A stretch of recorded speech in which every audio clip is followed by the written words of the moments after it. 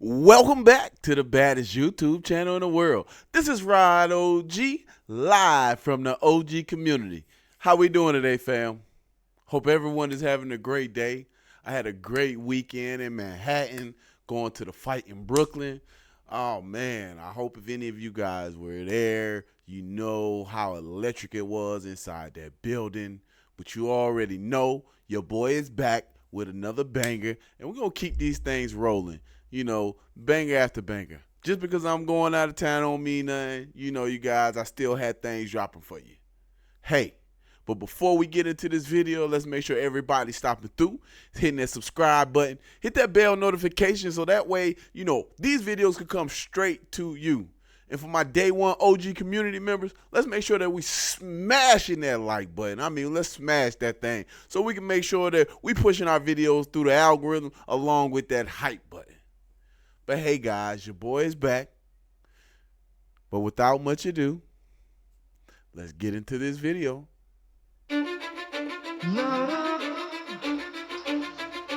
I don't give a fuck what you say. Yeah, I'ma do shit my way. So you can go kick rocks. I'm a Stupid, doopid, doopid, doopid. What the fuck? Hell, what the fuck?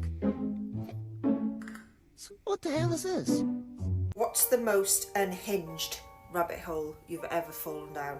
And I'm not talking about the ones that we all know about, like What's Up in the Skies, or Not the Skies. I'm talking the kind of the ones that you fall down and go, I don't know whether I should really go any deeper. Those ones. Made my point clear, so if child welfare come in here in 30 minutes, that's on y'all. My kid's downstairs. 15 minutes, the kids have to go. Thank you very much. This is exactly why I don't watch sports. There's a reason why the Romans used to say that if you want to keep people distracted, you simply give them bread and circuses. And it is because they knew that if people were fed and entertained, then they wouldn't question anything and they wouldn't think for themselves. And you see, modern day sports is the exact same thing.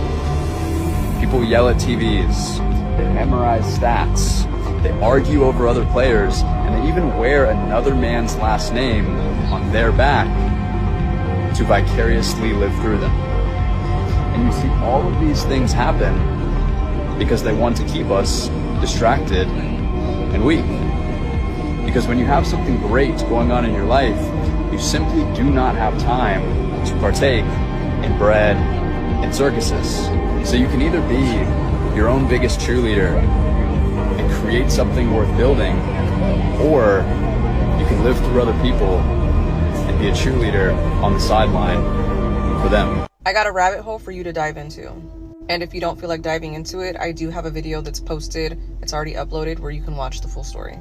But back in 2005, 2006, maybe 2007, YouTube was not the same. People used to talk about the weird side of YouTube. All of YouTube was weird back then. There were no guidelines. People were posting the craziest stuff. There was a Russian guy who was fertilizing chicken eggs with his own swimmers. He was trying to recreate life, and he was successful. People were able to watch 3 babies be made. They don't look like babies that we would expect them to look like. This guy was always really frantic, and he never showed his face, but we could recognize his hands. He was always posting in different rooms like he was on the run. People were saying that he was actually being looked for by Russian authorities for crimes against humanity. He was wanted by world authority figures for breaking like universal laws. Supposedly there is a world peace treaty, or like a world treaty that prevents people from interbreeding species. It's called homunculus. I have the full video, I already posted it, or you can just dive down this creepy ass rabbit hole by yourself.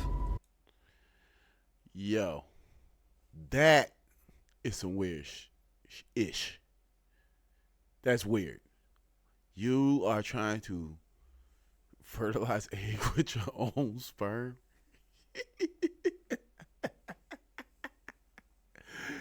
Man, some of these people is wild. They do not mind having sex with animals.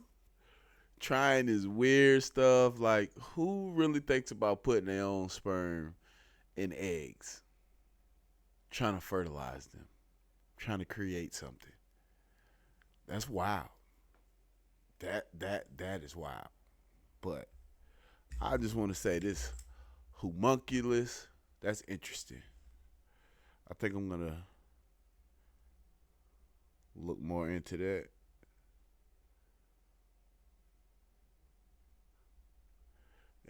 And do a video for you guys and let you know what that's about. It's crazy, though. So the shit I'm about to tell you, you probably won't believe, but I'm gonna tell you anyway. So this lady, she's an animal communicator, a pet psychic. She said she had a cat client. Now this cat, already dead. It lost its life. But she was talking to this cat in spirit. And I know how that sounds already. Listen to the story. She was speaking to this cat in spirit and asked this cat, why did she have an obsession with trucks, big trucks, before she died? I'm guessing this is what the owner wanted to know about her own cat. And the cat told her the reason she had an obsession with big trucks when she was here living on this earth is because in her previous life, she used to be a truck. You heard what I just said? So the animal psychic said to her, that's not possible because living things can't be objects, basically. And the cat told her that all things have souls. But you don't believe me, right? Look at this shit. Let's just get weird, all right? So I'm going to tell you what I was never going to tell anybody. Okay, listen. 8 months ago, I did a session for a cat named Florence, and she was in spirit. And I did the whole session, you know, asked my usual questions. And then when I got to the point where I looked to see if the mom had questions she wanted me to ask her, I said to Florence, I said, this is interesting. This is an interesting question. And she said, what, about the trucks? Listen. And I said, yes, about you liking big trucks, because her mom wanted to know why she liked big trucks. So Florence says, I used to be a truck. Listen. And I didn't even know. Like, I was like thinking to myself, what the fuck? Like, what? I said, Florence, that makes no sense. She said, everything has a soul, even inanimate objects. Listen. And after, so I write all my sessions, right? I write what they say. I wrote that down, everything has a soul, even inanimate objects, and I like put my phone down and I looked up and I was like, I quit. Like, this is it. This is too much. So I said to her, I said, I really don't believe that because I didn't believe that. She said, you don't have to believe it. You can believe whatever you want to believe. And I said, Florence, this feels very wrong. And she said, what would feel right to you? And I said, I don't know, if you liked, you know, trucks because you liked being up high, or maybe you drove a truck in a past life, but actually being a truck, that's impossible. She said, nothing is impossible, everything is possible. And I said, a truck is not a living thing. She said, who said a soul needs to be inside a living thing? I'm not going to tell you what I believe, but I want to know what you believe. And I want to know now. Jump in the comments. Let me know what you believe. Let me know what you believe. In the heliocentric model of the cosmos, the moon revolves around the Earth 13 times per year, traveling at 2,288 miles per hour, while the Earth revolves around the Sun once per year, traveling at 67,000 miles per hour. The following model and animation illustrate how this is supposed to occur. As you can see, since the moon is revolving around the Earth, which itself is revolving around the Sun, in order to maintain its regular orbit, the moon would have to be constantly and drastically changing its speed in ways completely unaccounted for by the model. In the outer part of its orbit, the moon would have to speed up 67,000 miles per hour, in addition to its regular speed of 2,288 miles per hour, just to keep up with the Earth. So the moon would then be traveling at 69,288 miles per hour when it reached the front of the Earth.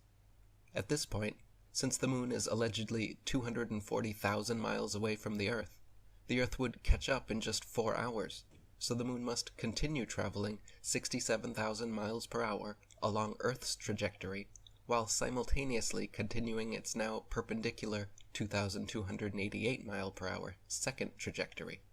Then, as it turns to reach the inner part of its orbit, the moon must now slow back down to its original speed, allowing the Earth to pass by. Lastly, as it passes behind the Earth, the moon must once again quickly accelerate back up to nearly 70,000 miles per hour before getting left in the dust. In addition to all of this, the Sun itself is allegedly orbiting the Milky Way galaxy at 448,000 miles per hour, further compounding the problems and calculations of the heliocentric model. If this were true, then the Earth, Moon, and other planets would all have yet another set of ridiculous and impossible corkscrewing accelerations and decelerations necessary just to keep up with the Sun.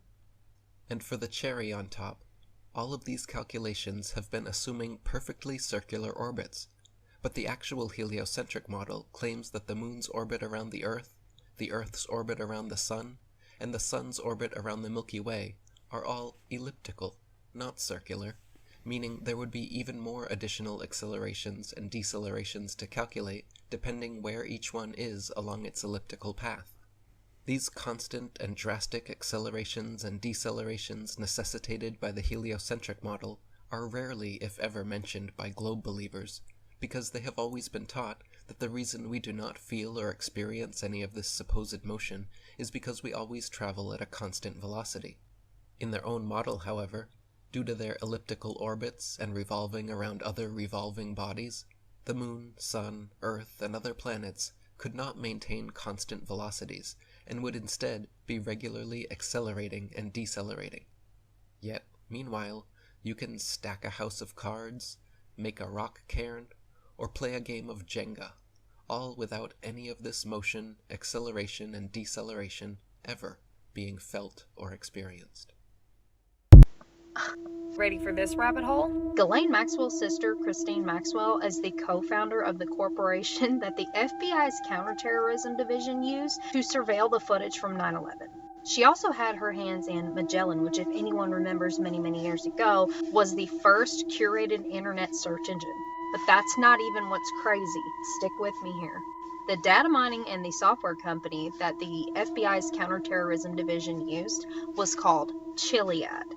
This is where it gets crazy.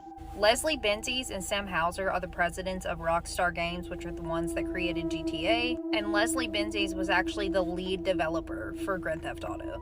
Both named in the Epstein files, but who remembers Mount Chiliad in Grand Theft Auto 5?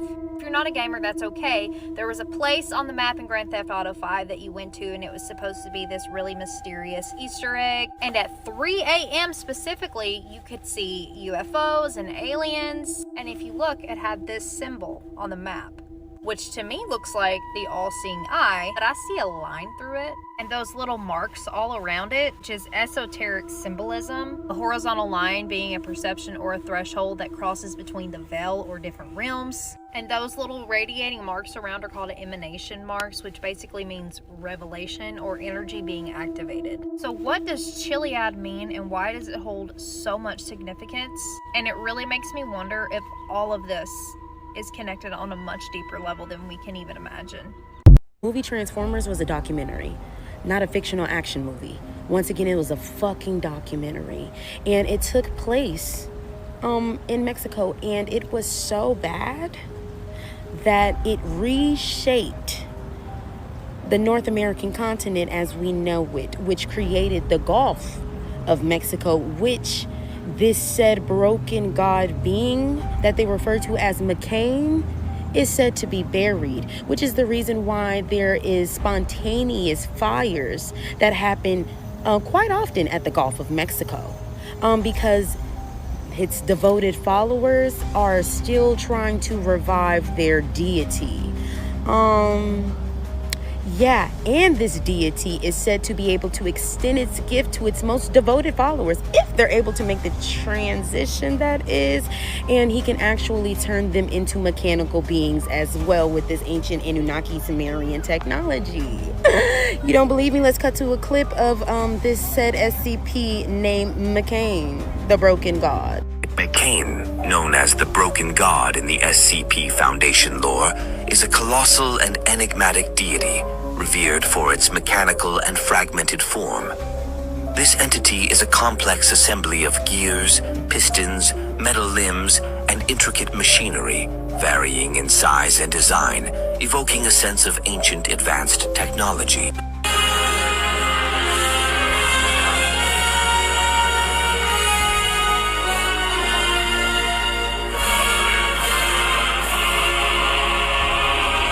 And you wonder why nobody remembers or talks about said event, because there was a mass hysteria handed out so that way everybody's memory could be erased. And then they just rewrote the map and changed it from Gulf of Mexico to Gulf of America. And then put the proof of it right in front of your face, which is the reason why it seems so nostalgic and why it resonates and why it was so popular for so many. Another clip where they put it right in your face in the Men in Black. The twins, Renee and Bob. This map shows the location of every registered alien on Earth at any given time. Some of them under constant surveillance. Everyone on those screens is an alien. In public, they're as normal as you are, but in private, well... May I have your attention, please? The City of New York would like to thank you for participating in our drill. Had this been an actual emergency, y'all would have been eaten. Wipe your memory, halfway cover it up, and tell you whatever story they want to.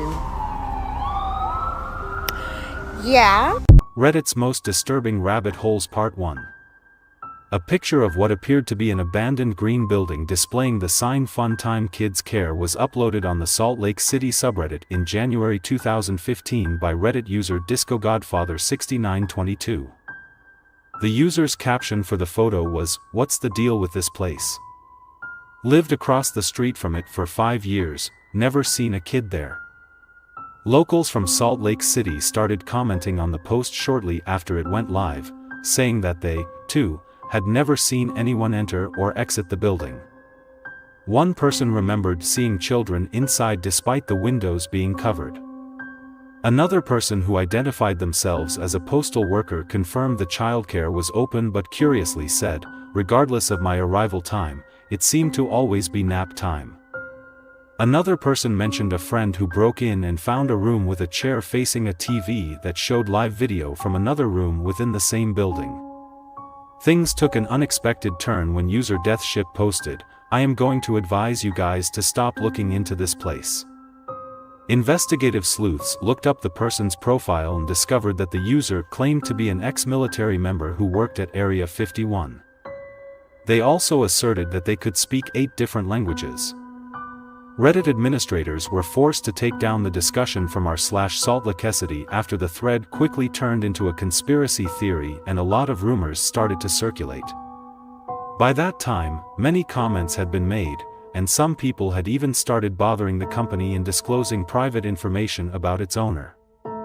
The administrators made it clear that the removal was done as a precautionary measure to stop any prospective witch hunts and to protect the privacy and safety of the business owners and other community members. However, this choice just served to heighten the sense of dread.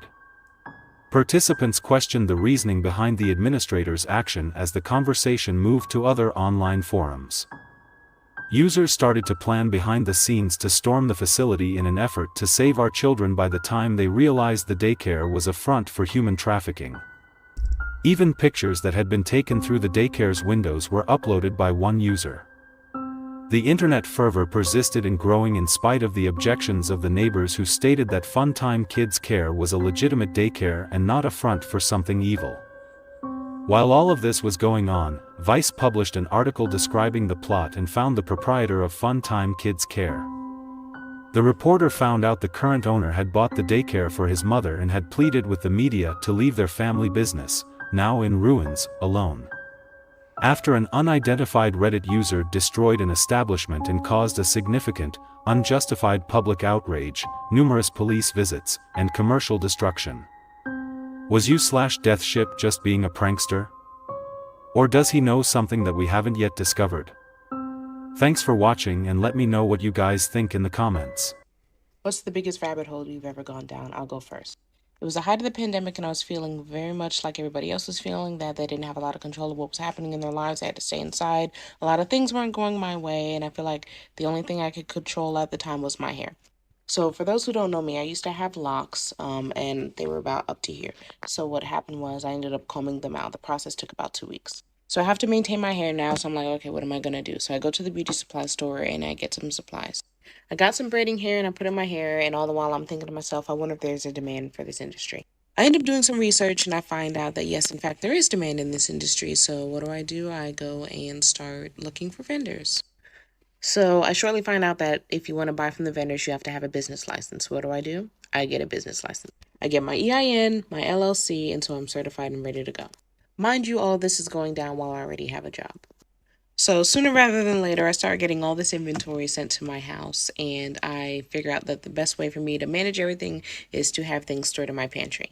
I should mention that as I was looking for products and getting things sent to the house, I was working on a website. So I'm building a website because of this whole, hey, I should sell some hair.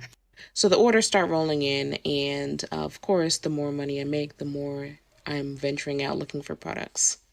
Before I know it, I've completely taken over the bonus room. I'm talking about walking room only, like a narrow hoarder's path of space to get from the door to the computer.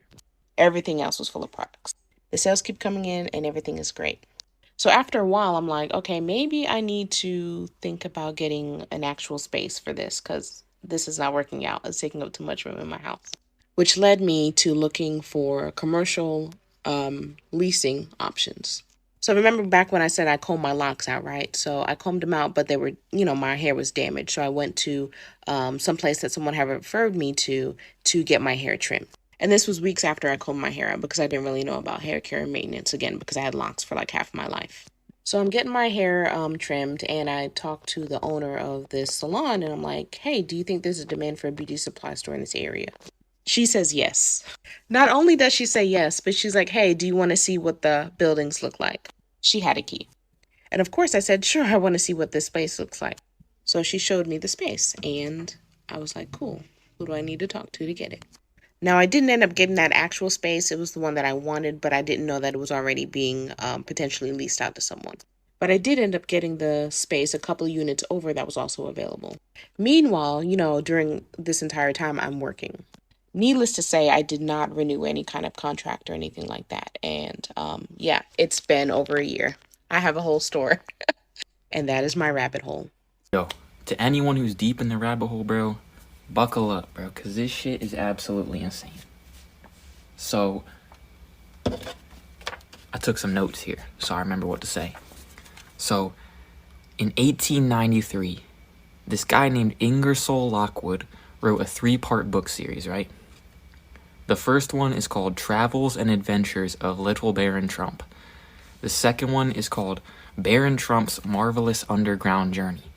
And the third one is called The Last President. All right? In the first book, Little Baron Trump lives in Trump Castle in Germany. And he finds a manuscript by a man named Don Fum that leads to underground tunnels in Russia that have portals to other dimensions. Okay? The first 2 books are just about Baron Trump and his dog, like, exploring all these weird dimensions, right? But this is where it really gets weird, bro. In the third book, The Last President, Don Fum uses these portals to become a controversial president who lives on 5th Avenue in New York. And he basically ruins the price of gold and is super controversial and ruins everything. His vice president's name is Pence, bro.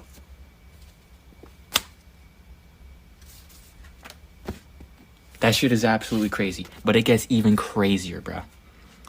Ingersoll Lockwood lived on the exact same street as Nikola Tesla when he wrote this book series. At the very same time that he was living on this street with Nikola Tesla was claiming that he invented time travel. Like, he deadass was saying, I'm about to make freaking time traveling portals and we're about to do it. And a little bit after, he mysteriously dies in a hotel, and all of his blueprints, all of his inventions are in this hotel when he dies. Guess who gets sent, along with the CIA, to pick up his blueprints? John G. Trump. Trump's literal blood uncle, bruh. Think about it, bro. It gets even deeper, though. Wernher von Braun, Nazi scientist, by the way, founder of NASA, wrote a book called Project Mars in 1953 about a man named Elon who takes everyone to Mars. The founder of NASA. And now Trump and Tesla are working together. They got space and time. Think about it, 5th Avenue right by Times Square. I'm telling you, dog, this shit is a simulation, bro. Y'all, I just went down the Peter Thiel rabbit hole. First, I saw a YouTube short that I thoroughly enjoyed and was like blown away by. So then I went to go do more research and in-depth research on Peter Thiel. That man is evil. That man is evil. Okay, he's evil. Oh my God, how evil oh my God. I'm trying to get my thoughts together, but the amount of evil that these people are is just like blowing my mind right now. Basically, the same people that pillaged over in Africa and left it decimated like it is right now are the same motherfuckers who are coming over to America to do the same thing to America with certain people in place. Then it gets even worse when you go into the deep state and then you find out the different levels. Now, I knew about the levels. Oh my God, this place is evil. Just let me know if y'all want to see the short real quick of that YouTube. I think it's about 5 minutes. If y'all want me to put it up here, just leave me a comment, let me know so I can share it with y'all. But like, oh my God. Oh my God. Tell me what the fuck this is. So you think it's like a giant motherfucking fish? No.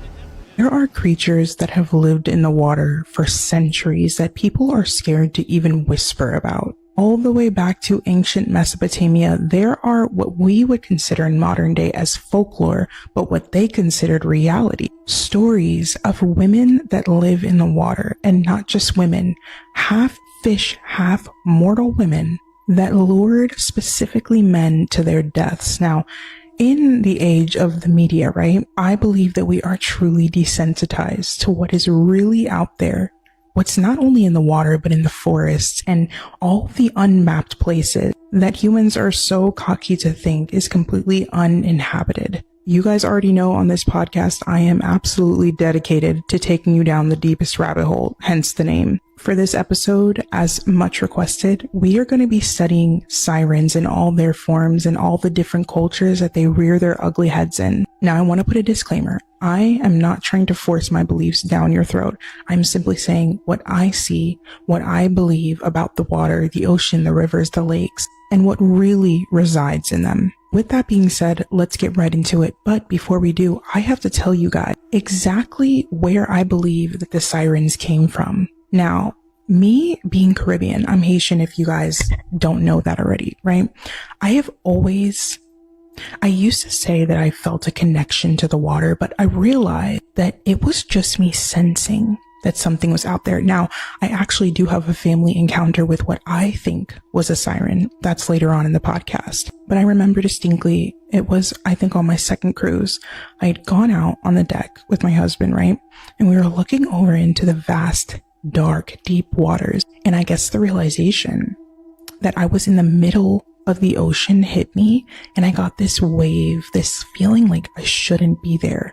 Almost like I was being watched. And I know that sounds absolutely crazy, but those of you that have been on cruises, you tell me if you've ever felt that. Like, Loki, I am in someone else's home, and I want you guys to literally look at the ocean and tell me if we are truly, like, you really believe that we're the only ones out there?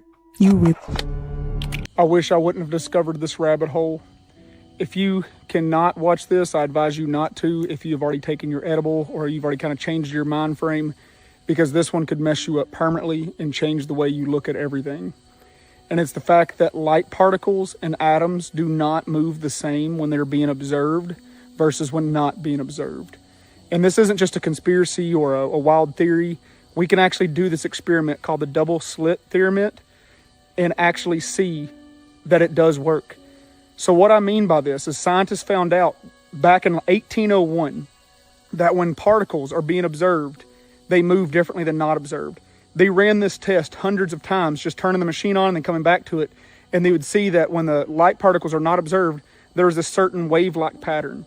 Then they discovered by accident that when they were watching the experiment take place over the course of like 10 hours, that the light particles form these straight grid patterns, and it looks very much like what they originally predicted. And they didn't know what to do with this information, so they just kind of set it to the side. And what they're figuring out now is that's the way video games work. So if you don't know that, when you're playing a video game and you're looking at this wall over here, and that wall is in your line of sight, it's perfectly rendered. But the game doesn't have enough storage and enough RAM to render that wall when you're not looking at it, so it can only render what you're focusing on. So this theory essentially kind of says, in a roundabout way, that we might be in a computer simulation because the world does not have enough RAM or computing power to generate things that are not being observed. This theory gets even wilder when you look at the fact that they in modern times, when they did this theory, they wanted to say, okay, let's take a person out of the equation, let's set a camera on it. Even when a camera is set on it, the light waves act like they know they're being observed. How do particles and atoms know? How are they sentient to know that they are being observed or not observed? They're particles, they're atoms. And this goes back to the computer simulation that we all might be living in.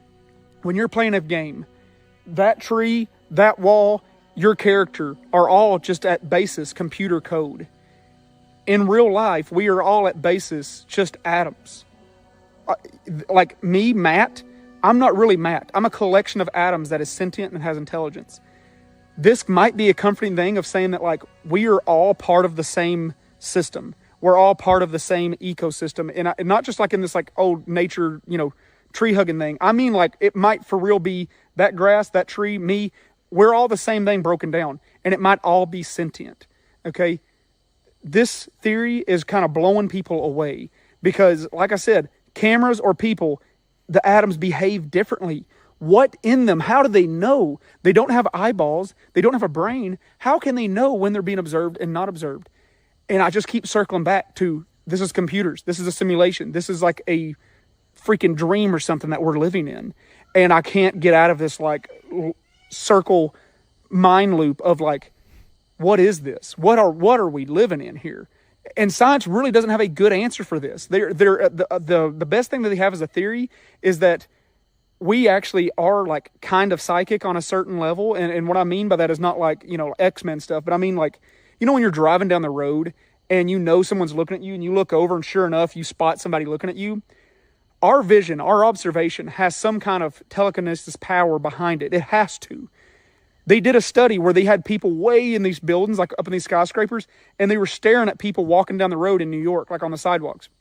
7 out of 10 people, if a group of people stared at them from a skyscraper window, 7 out of 10 people would stop and look around and get very concerned and confused, or they'd at least show like anxiety, like they could feel themselves being watched. So our observation does have some power to it. We know this, but we don't know why or how. Weirdly enough, 1 out of the 10 people would look exactly right at where the people were at. I mean, talking 13 floors up, they seem to know exactly. So that means it's got some kind of, like you can feel it. You don't know just somebody's watching you somewhere. You can feel the direction that the watching is coming from. Once again, back to a video game. If you play Fortnite like I do, there's footstep icons that you can turn on the game. So you know the direction of which noises and sounds are coming from. I just keep circling back to, is this some kind of loop? Like, we know that we also all give off electronic energy. Like we do. Like our brain has an electronic pulse to it. Are we just like Free Guy, that Ryan Reynolds movie? Are we just NPCs and we're just not aware yet? And like that inner monologue that's in our head, not everybody has that inner monologue. Like, are they NPCs? Like, I don't know. Like, it's just like this big mind thing of just going circles and circles and circles and circles. And like, we talk about possibility of religion and God, and like, what if God is just the player? Like, what if we're just in the Sims and God is the player playing the freaking Sims? And it's almost like that TV show Solar Opposites. We're just in a children's game right now and we don't even know it. Like, what if God's just a freaking teenager and his parents are yelling at him, get off the computer, and they're just controlling us running around, and we're just now becoming observant and sentient of it?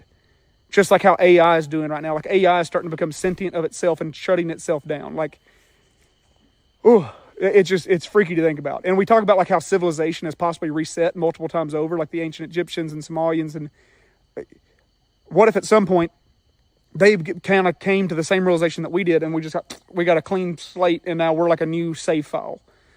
I know I'm making a lot of video game references here for a very serious matter and a very serious experiment you can look up. There is a YouTube video in the comments that I'm going to link on here that you can go watch, because that's an actual scientist explaining it, and she explains it way better than me. It's freaky, guys. It's a freaky theory to look at. and it's one that you might not want to look at. On the other hand, it might make some of you all feel much better if you have anxiety about like death and what comes after, because we might just reload into the game, man. At this point, I'm not really sure. It's just, this theory is blowing my mind. And there's even like, some people are saying that like when they let a dog or a cat in the room and there's no cameras, there's no people watching this experiment, the light waves still act like as if no one's there. So are animals part of the NPC program too? Like, I don't know either. It's just a weird thing that they have noticed. Like, it's just, do they not count in the rendering? Are they part of the render? You know, this tree that's behind me, just slightly out of my view, if no one is observing that tree, is it even there? Like, what is it doing right now? Like, I don't know. It's like that old question, if a tree falls in the woods, no one was around to hear it, does it make a sound? And according to this theory, the answer is possibly no. And that's a true scientific theory on the matter. And that is mind-blowing. And, you know, we'll never know if it's not true, because apparently it can sense cameras too. Like, the only reason why they know they act differently observed and not observed is it leaves patterns on this, like, little grid that they had. And when it's not observed, it would leave patterns, which means that if they are sentient to some kind, they're not sentient enough to know that somebody is checking these patterns. They just know if somebody is watching at that exact moment. It's wild. Just go look it up on your own. Circle back after you do your own deep dive and get your own opinion formulated. And let's talk about it. Leave some comments. I'm curious to see what you all think about on this. See, my surrogate mother was Viola Armstrong. She had a son named Neil. Oh, really? As you know, the story goes, he went down to Antarctica, had a heart attack, stroke combo, and came back. And then there was stuff on the internet. And I had to look at Buzz and ask him, Buzz, what happened down there, Bud? Buzz did say one thing, and it just stuck in my head. It's the way he said it. He just said, we thought out things we shouldn't. And if Buzz saw something, I don't know what it was, but it was enough to give the man a heart attack. So if there are beings down there, I would think these beings never planned on us. They've been there, you know, they came in millions of years ago. They've been under ice for millions of years. I don't think they were expecting us. Let me ask something about Buzz Aldrin, that there was this very cryptic tweet that came out during his stay down there. He said, "We have seen the faces of evil and we're all in danger." And this is right before he had his heart attack. And I can tell you, logistically, to do a medical evacuation from the interior of Antarctica is very difficult and very expensive. So something must have majorly gone wrong. To underscore the fact that when the C-130 crew had dropped them off, they disappeared. And then when they went to try to find them, there was nothing at the National Science Foundation camp at all. Nothing. They were moving. gone. They were totally scientists. gone. And when they did show up, they had been missing for a couple of weeks. And Brian S. and the C-130 flight crew were then sent back. And they were expecting that they would see this group of scientists out to meet their plane, doing this, yelling something. And he said they were lined up like birds on a wire. They were all kind of next to each other, and most of them had their heads down, looking at their feet when the C-130 was pulling up. And that somebody had to go from the flight crew over to the scientists and direct them to get onto the plane. And they talked about how not one single scientist said one word. Most of them walked with their looking down at the ground. Brian said when they got them loaded up, he said to his flight chief, "What in the world? Where have they been?" And the flight chief said, "I don't know. We can't get a word out of them."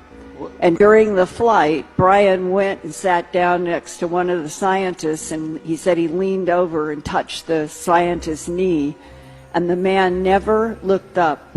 And he said, it was as if we were dealing with 12 or 15 people who had suffered post-traumatic shock syndrome, that they were unnaturally frozen in their position and no speaking, and that they all looked afraid. That one of the SEALs that I have talked to that is not in the video said that as they walked for a mile or 2 miles into these very strange created architectures. They reached a point where something started coming through the walls out into the air. At first, it would go in and out of visibility, and then they realized that their minds were being manipulated. And then when they could see it clearly, and it was coming in and out like a television signal in the air, it appeared to be covered with scales, like an armadillo, the surface of an armadillo. And he said, when you are face to face with something like that, and you are trained in military to kill, but you're dealing with something you've never seen, and it can go in and out of visibility, and you know that your mind is being taken over by something that you are fighting. He said that happened in one of those corridors, and that was 2012. Alright, y'all, so I'm on my break at work, and I want to tell you about a new rabbit hole that I'm going to propel you down. I'm going to throw you down this rabbit hole, and you're not going to come back up for at least 2 days. Y'all know that there's only 144,000 cemeteries in America? So you're telling me, how is it only 144,000 cemeteries and none are being built? There are no cemeteries being built right now. Where are all the bodies going? Why does McDonald's have contracts with hospitals? Do y'all remember that KFC commercial in 2025 where it was like very cultish, very weird, and they were in the forest, like a bunch of people were in the forest, and they go into the water, and this one guy, he like is almost baptized into the water, and he comes out a piece of chicken. Are we the chicken? Are we the mystery meat? Because something ain't right. And then, oh my gosh, and then did y'all see that guy? He was on TikTok. I think his username is Big Poppin', I don't know. Big SHI Poppin'. He's a graveyard worker. Why is he digging up or he's putting like a casket in the ground? And then he sees that the casket's kind of light. He's like, hold on, where's the body? And his supervisor says, don't ask questions you don't want to know the answers to. What? What is going on? What? I want to know the answer. I want to know. It's giving Soylent Green. Y'all know what I'm talking about. So many other instances of things that are just mad. Why are they so loud? Things that are just mad sketch. Sorry, y'all. My brain, it moves so fast. Like, I have the attention span of a squirrel. But yeah. What was I saying? Oh, yeah. That lady that found a tooth in her Happy Meal. What's that about? A child's tooth in her Happy Meal. And then there was another time that someone found something that looked like a finger, but it was never like specified to be a finger, but it looked like a finger. I don't know, y'all. It's giving weird. That is something like I looked into that and I was genuinely concerned. How many graveyard workers had stories about the caskets being light?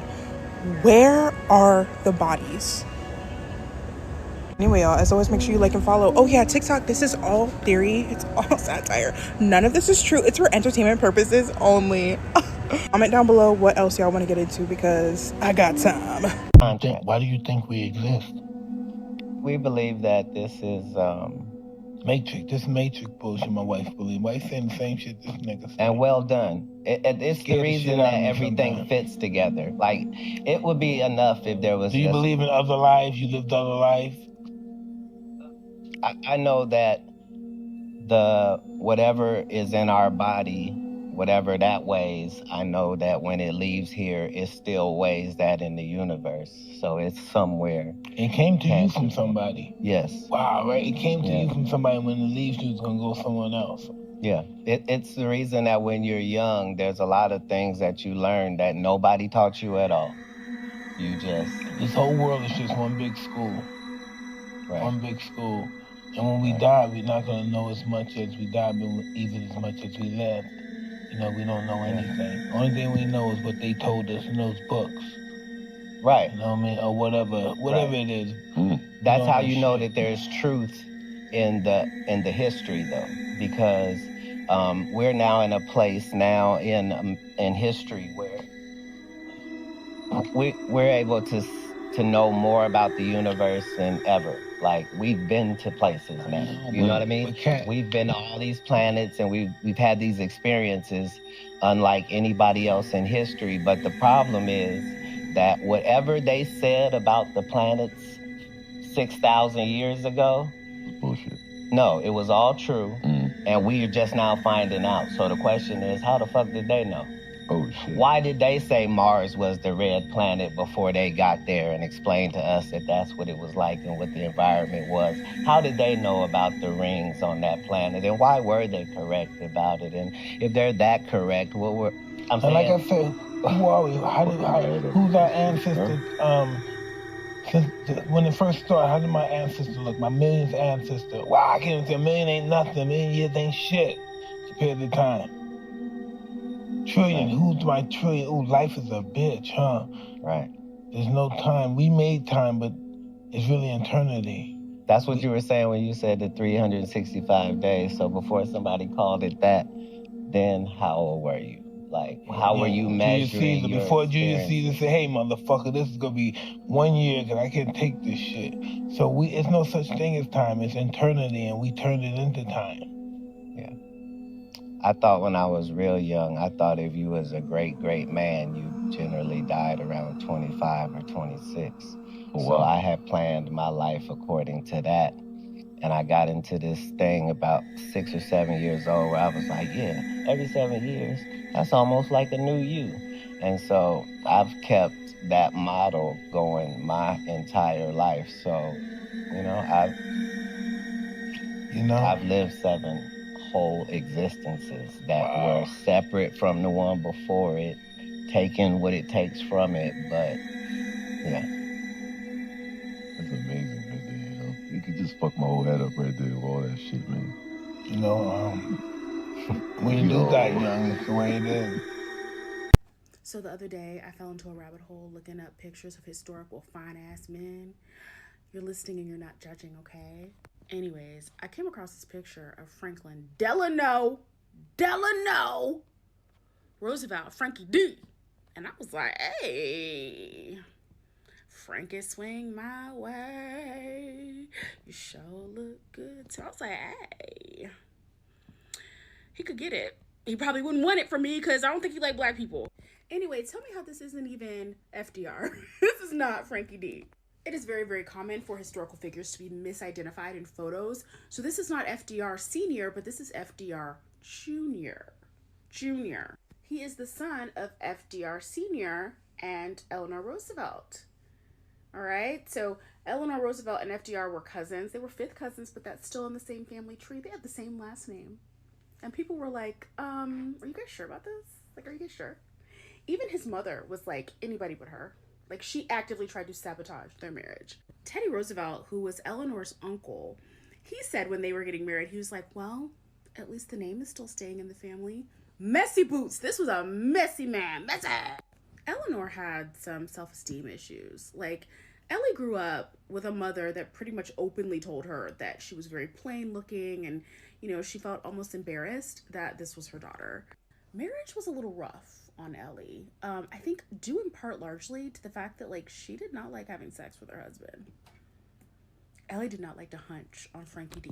The crazy part about that is that they had 6 children.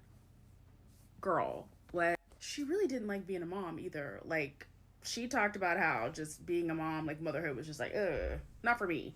Not for me. There was added strain in this marriage of the fact that Frankie D's mama was a huge boy mom. Like, this is the queen of the boy moms, and she was Eleanor's biggest number 1 hater.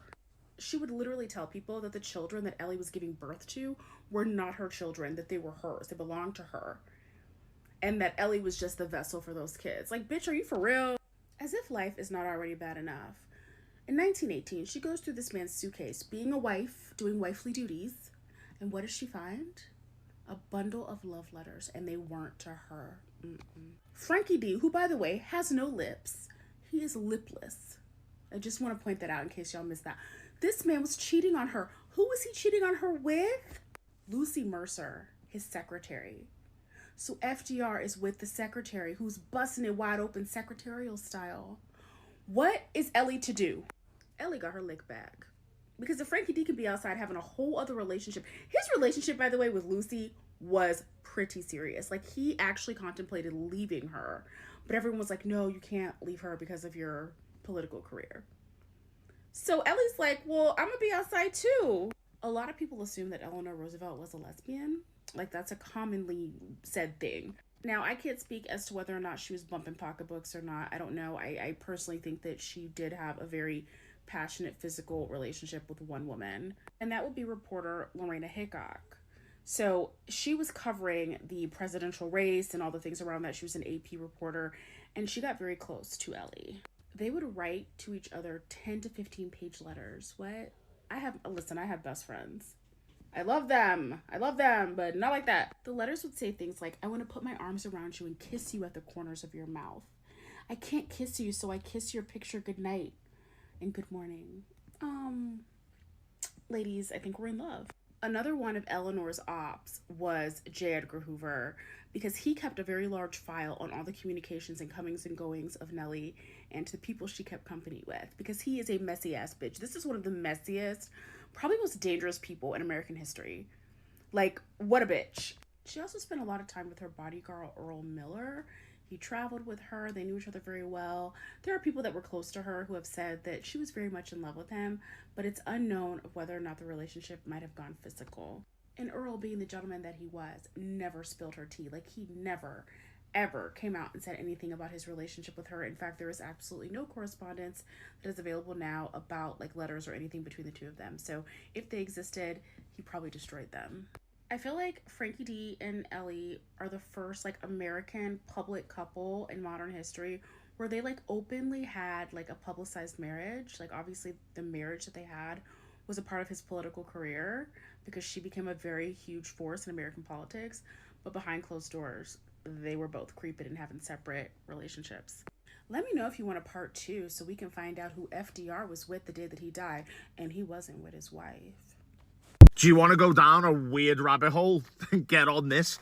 Why is it that human beings, out of every single living thing on this planet, be it microscopic or animals, etc., why are we the only species that cannot live or sustain an ecosystem or survive in normal to extreme conditions or environments? As an example, when it's too hot, we create air conditioning. We couldn't survive in the desert without making things. We don't survive naturally in the Arctic or even basic environments like the UK. We need shelter. We need warmth. We wear clothes. No other thing wears clothes, shoes. We can manipulate our own environment to make us habitable on this planet. It's almost like we are the aliens that can create rain clouds.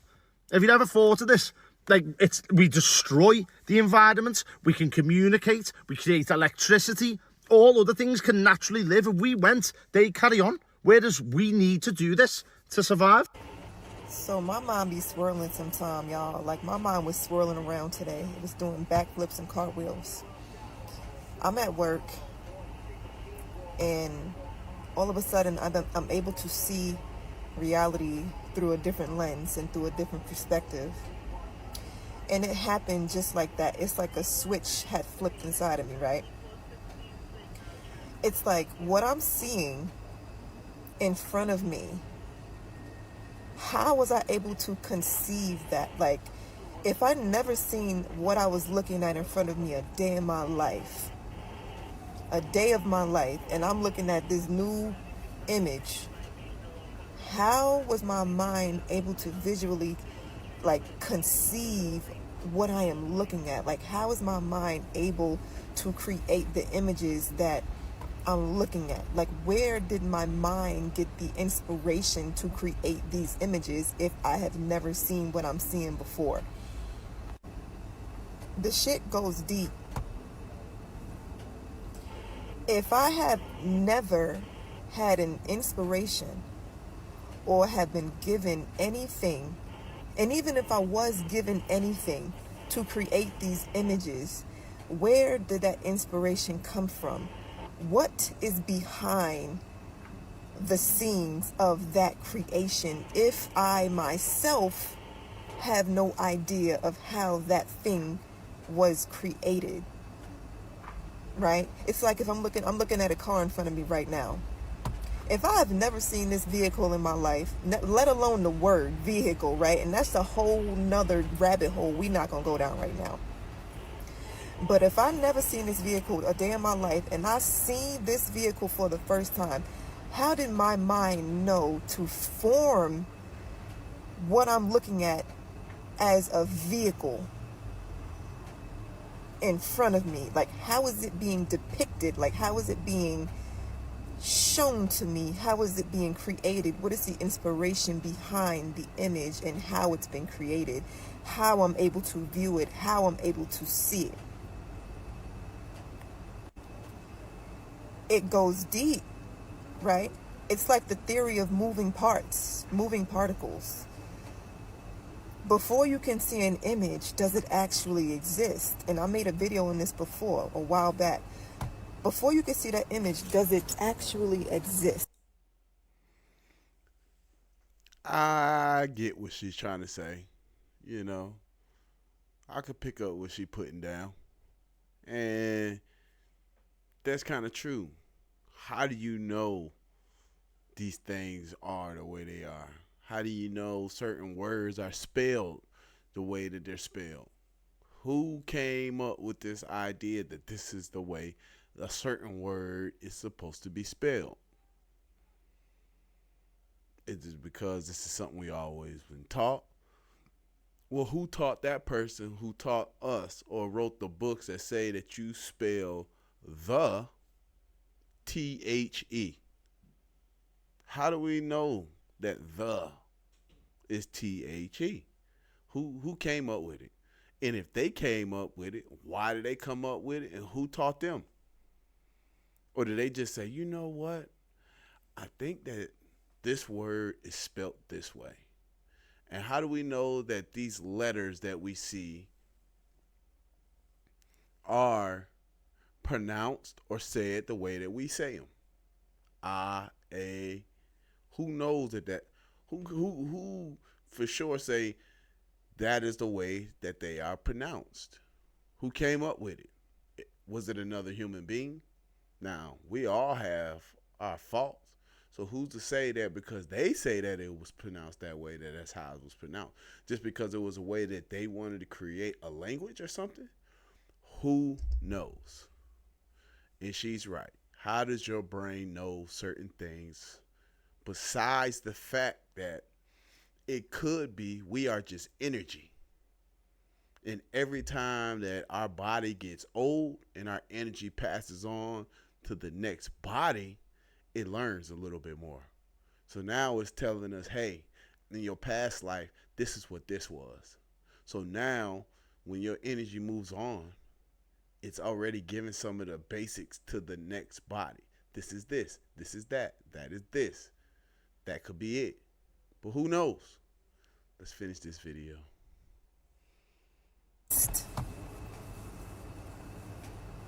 But things come into view and then all of a sudden they exist. Either they existed before or they did not exist before. I mean, like, which one is it, right? But even if they did exist, how is my mind able to conceive that this thing indeed exists?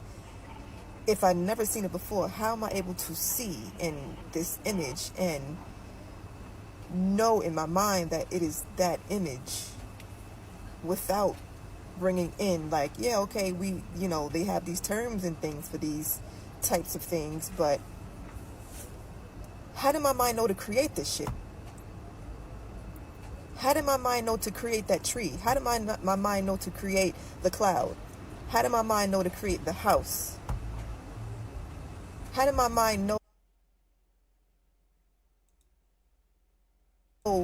that whatever I'm looking at makes sense, right? How did my mind create and put together patternizing this thing that just makes sense? Like, it's put together so perfectly as if it, like, how? Thank you again, guys, for joining me here at the OG community with another banger. Leave your comments down at the bottom. You know I'll respond. But hey, like I always tell you guys, until the next video, peace and love, and protect your family.